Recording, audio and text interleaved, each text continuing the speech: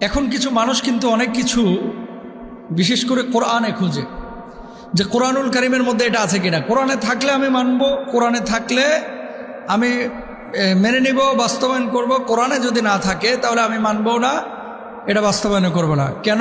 তারা হাদিস পছন্দ করে না। নাউজুবিল্লাহ, জোরে বলেন।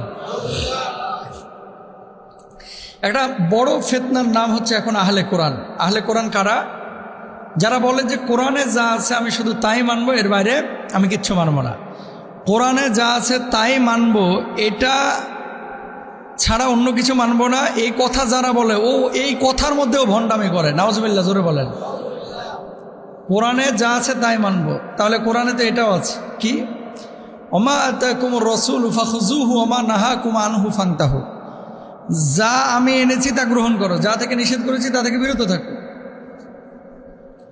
রাসূল সাল্লাল্লাহু আলাইহি ওয়াসাল্লাম কোরআনুল কারীমে আয়াতে আল্লাহ তাআলা বলছেন ওমা আতাকুমুর রাসূলু ফাখুযুহু, রাসূল যা নিয়ে এসেছেন তাকে তোমরা গ্রহণ করো। ওমা নাহাকুম আনহু ফান্তাহু, যার থেকে নিষেধ করেন তা থেকে তোমরা বিরত থাকো। আম্মা জান আয়েশা সিদ্দিকা রাদিয়াল্লাহু তাআলা আনহাকে জিজ্ঞেস করা হয়েছিল আল্লাহ রাসূলের চরিত্র কেমন ছিল। আম্মা জান আয়েশা জবাব দিয়েছিলেন রাসূলের গোটা চরিত্রই হচ্ছে পবিত্র কুরআনুল কারীমের পূর্ণাঙ্গ একটা রূপ, মানে কোরআনের বাস্তব প্রতিচ্ছবি হচ্ছে আপনার আমার পিয়ারা হাবিব সাল্লাল্লাহু আলাইহি ওয়াসাল্লাম। বলেন সুবহানাল্লাহ, কত বড় কথা। এখন আল্লাহ বলছে নবী যা নিয়ে আসছে তা গ্রহণ করো, তার মানে নবী যা বলেছে তা আল্লাহর কথা। নবী যা করতে বলেছেন সেটা আল্লাহর পারমিশন নিয়ে করতে বলেছেন। নবী যেটা নিষেধ করেছেন সেটা নিজের থেকে নিষেধ করেন নাই, আল্লাহর থেকে নিষেধ করেছেন, ঠিক না?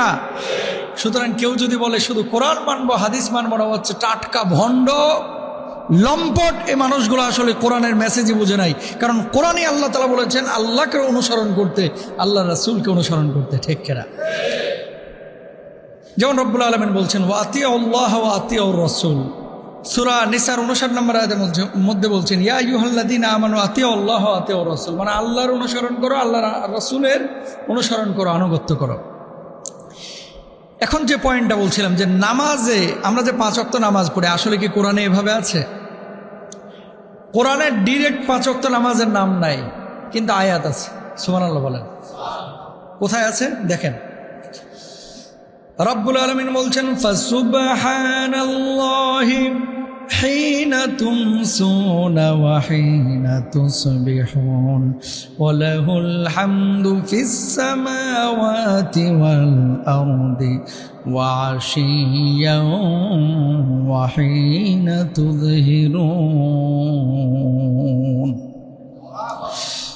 আল্লাহ রাব্বুল আলামিন বললেন সুতরাং তোমরা আল্লাহর পবিত্রতা এবং মহিমা ঘোষণা করো সন্ধ্যায় এবং সকালে। সুবহানাল্লাহ বলেন। সন্ধ্যার নামাজ হচ্ছে 2টা। কয়টা? একটা হচ্ছে এশার আর একটা হচ্ছে মাগরিবের।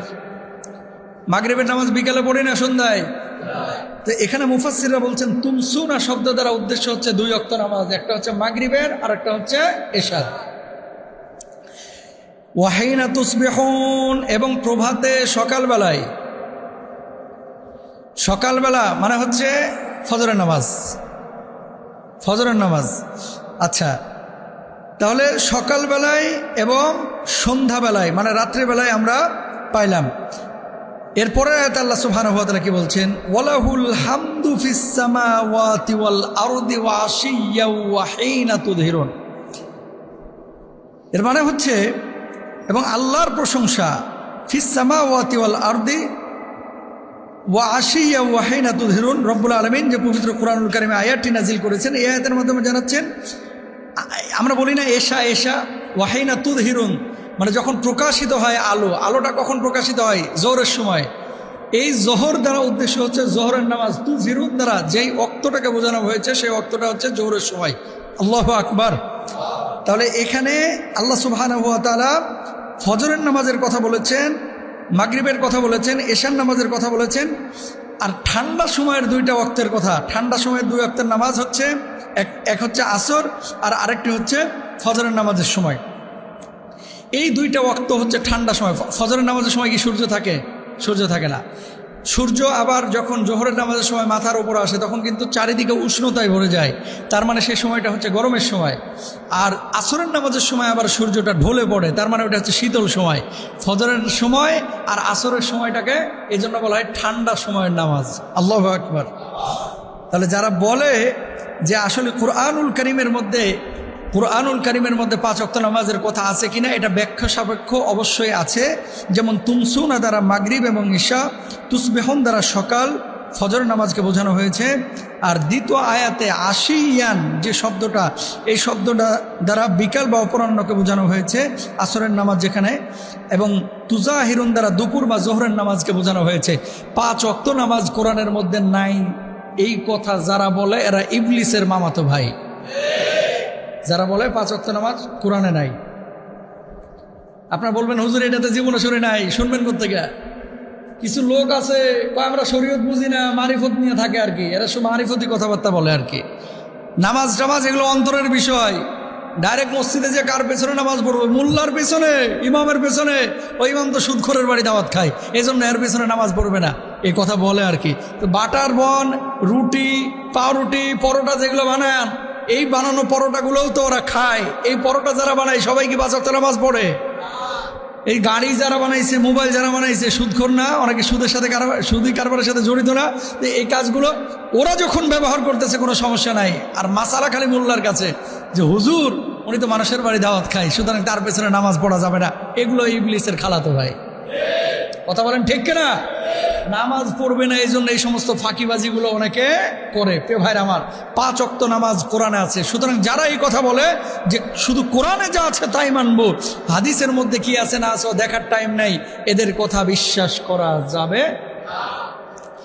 প্রিয় ভাইরা আমার, দুনিয়ার জিন্দেগিতে আল্লাহ রাব্বুল আলামিন 5 ওয়াক্ত নামাজ বিশ্বনবী সাল্লাল্লাহু আলাইহি ওয়াসাল্লামকে মেরাজের দিনে দান করেছিলেন, উপহার দিয়েছিলেন। 50 ওয়াক্ত যখন দেওয়া হয়েছিল, নবীজি যখন দুনিয়ায় আসছিলেন, অন্যান্য নবী আম্বিয়া আলাইহিস সালাতু ওয়াস সালাম নবীকে বলেছিলেন আপনার উম্মত দিনের বেলায় 5 ওয়াক্ত নামাজ 50 ওয়াক্ত নামাজ আদায় করতে পারবেন না, যান আল্লাহর কাছে গিয়ে বলুন আল্লাহ কিছু সংক্ষিপ্ত করে দেন যাতে করে আমার উম্মত সহজেই সেগুলো আদায় করতে পারে। আল্লাহর কাছে বারবার আপনার আমার হাবিব গিয়েছিলেন, রিকোয়েস্ট করে 50 ওয়াক্ত থেকে 5 ওয়াক্ত নামাজ পর্যন্ত নিয়ে এসেছেন। আল্লাহ রাব্বুল আলামিন নবীর মাধ্যমে জানাচ্ছেন যারা নামাজ কায়েম করবে আল্লাহ রাব্বুল আলামিনের জান্নাত তাদের জন্য অবধারিত। সুবহানাল্লাহ। নামাজ যিনি পড়বে তার চেহারার মধ্যে উজ্জ্বলতা আসবে, নামাজ যিনি পড়বে চেহারার মধ্যে নূর আসবে, নামাজ যিনি পড়বে পরিবারে শান্তি আসবে, নামাজ যিনি পড়বে রিজকের মধ্যে বারাকা আসবে, নামাজ যিনি পড়বে হায়াতের মধ্যে বারাকা আসবে, নামাজ যিনি পড়বে পরিবারে শান্তি বিরাজ করবে, নামাজ যিনি পড়বে মানুষজন তার সম্মান ইজ্জত করবে। আর যিনি নামাজ পড়বে না, বেনামাজি হবে, আল্লাহ রাব্বুল আলামিনের ক্রোধ তার উপরে পড়বে, হায়াতের বারাকা পাবে না, রিজকে বারাকা পাবে না, পরিবারের মধ্যে অশান্তি লেগেই থাকবে। সুতরাং নামাজ যিনি পড়বে না তার চেহারার মধ্যে নূর আসবে না, নামাজ যিনি পড়বে না শারীরিক অসুস্থতা বেড়ে যাবে, কারণ নামাজ যিনি পড়ে শারীরিকভাবে সে বরকতের অধিকারী হয়।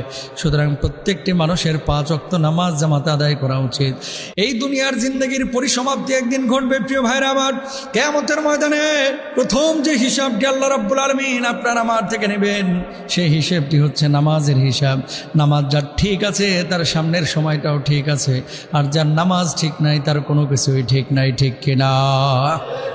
নামাজ বড় গুরুত্বপূর্ণ ইবাদত, নামাজ বড় গুরুত্বপূর্ণ আমল। 5 ওয়াক্ত নামাজ সবাই পড়বেন তো ইনশাআল্লাহ? ইন্নাস সালাতা তানহা আনিল ফাহশাই ওয়াল মুনকার। দেখেন বলবে হুজুর নামাজ পড়ে তো অনেকে মদ খাচ্ছে, নামাজ পড়ে তো অনেকে মদ খাচ্ছে। হ্যাঁ খাচ্ছে। কয়দিন? 2 দিন, 3 দিন, 4 দিন, 5 দিন। যখন জামাতে সে 40 দিন নামাজ পড়বে, বিবেক এবার বাধা দেবে যে নামাজ পড়ে আবার এই পাপ কাজটা কেমনে করে, ঠিক কিনা বলেন? দাড়ি রাখছি, নামাজ পড়তেছি, আবার মানুষকে আবার কেমনে ঠকায়, নামাজ পড়ছি আবার আরেকজনের হক কীভাবে নষ্ট করি।